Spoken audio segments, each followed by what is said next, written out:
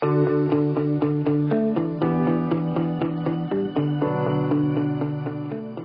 and welcome to the Better Business Podcast. My name is Alexei, and today I wanted to talk about the importance of books and educating yourself as a business owner, not only to obviously stay ahead of the game, but also to keep yourself motivated and inspired. But before I jump into this episode, I wanted to get some feedback from you guys. I record this podcast typically throughout the week to launch them on a Monday afternoon, typically around 5 p.m. For your drive home. However, if you think that I should be doing this at a different time, or you think that, you listen to my podcast typically in the mornings and you'd want a different time, let me know. I'd love to get your feedback on this and see how I could potentially optimize my podcast and deliver it at the right time as well.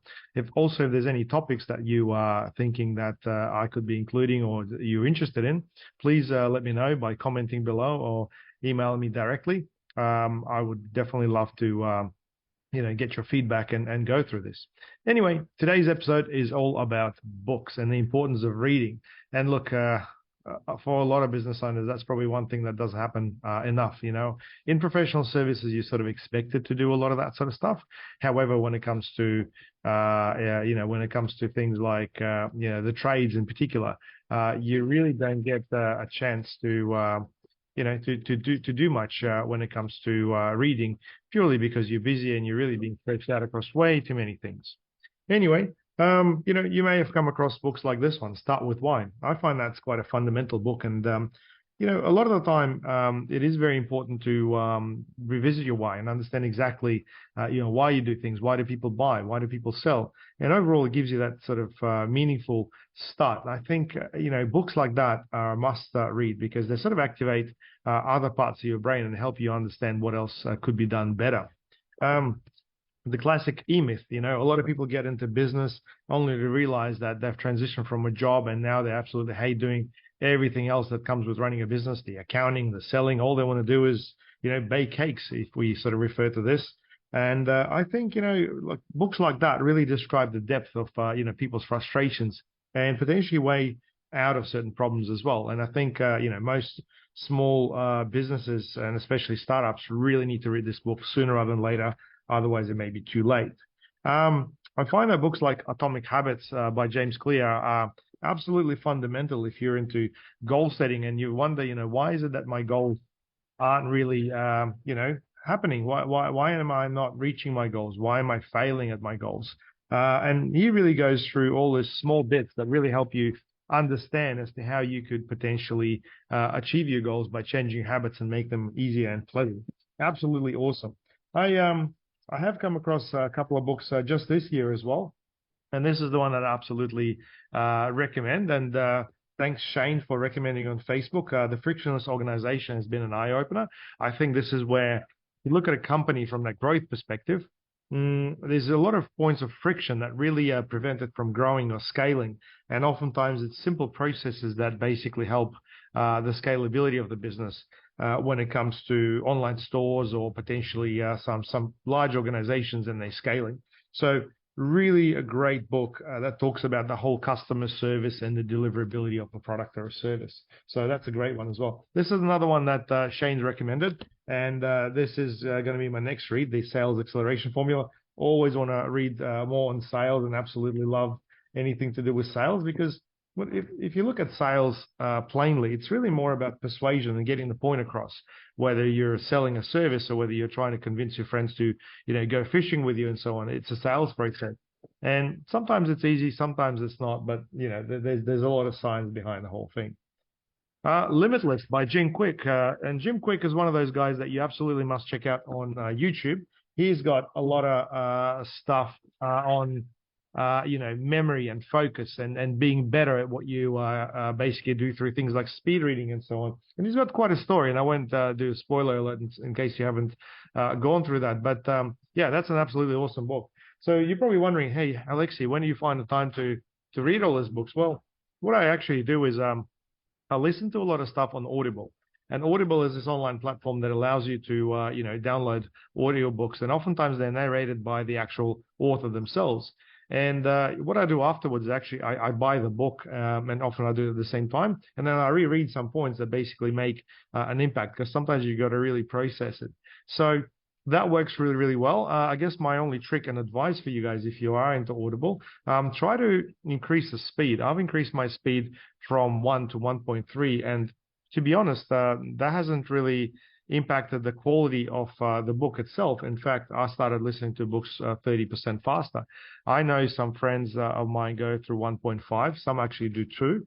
And the trick is you really have to be in a quiet environment. So if you got like a noise canceling headphones or something, or if you're driving the car by yourself, that could potentially work. Otherwise, in comparison to all the other sound and noise around you, that may feel a bit funny as well.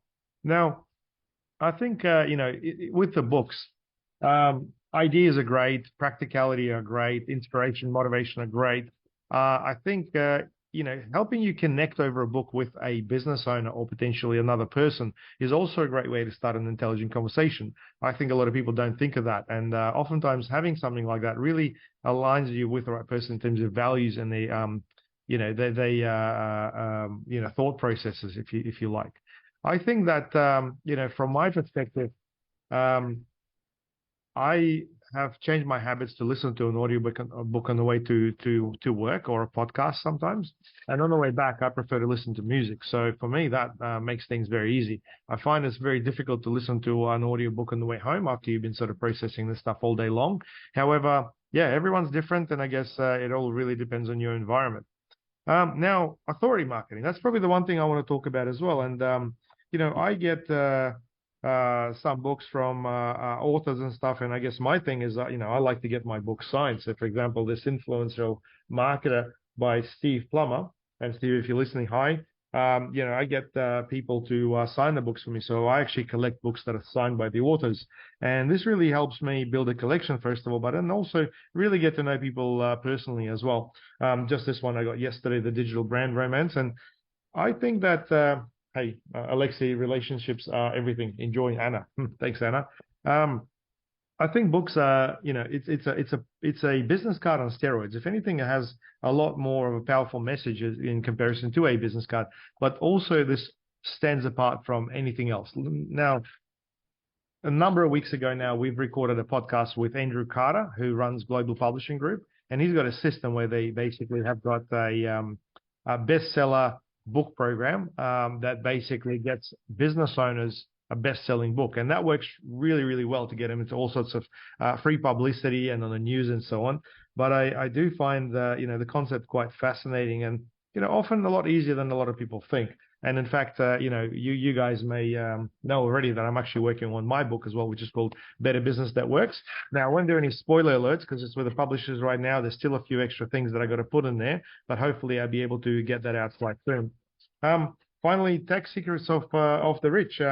Now, this book I got just recently, and there's a signature there as well from Alan Mason. For those of you who don't know, this is Kerry Packer's former accountant. And in fact, I've built a bit of a relationship with Alan. He's speaking at my Lunch and Learn event on Friday. And for those of you listening, I basically run Lunch and Learn events once a month where I invite business owners, and, we catch up over lunch, and I get people like Alan to present on various things. We've had presentations on things like superannuation, AI, and so on and so on. I think it's a great way to sort of build an audience and also connect to a lot of people as well. And obviously, if you can do that over lunch, hey, that works really well. I think there was a concept somewhere about never having lunch alone. So there you go. Anyway, guys, I hope I've given you some tips in relation to books, and I guess how to structure your habits around books and getting that good content. If you're looking for recommendations, hit me up below. I'd be more than happy to put some things up in the description of this podcast. However, I think it's really a matter of finding, what resonates with the problems that you're experiencing, and whether it's sales, whether it's growth, whether it's team leadership, and so on. There's a ton of people. I do think, however, that there are some, really simple key books that can really get you aligned with the problem that you're facing and help you realize what the solution could be from completely another perspective. This is where the whole start with why really comes in. Anyway, guys, I hope you've enjoyed this episode. I try to keep it fairly simple and short. And yeah, please subscribe to my channel and make sure you tell your friends about this sort of stuff. And if there's anything else that you guys think I could add to my podcast or I could change, please share with me. I'd love your feedback.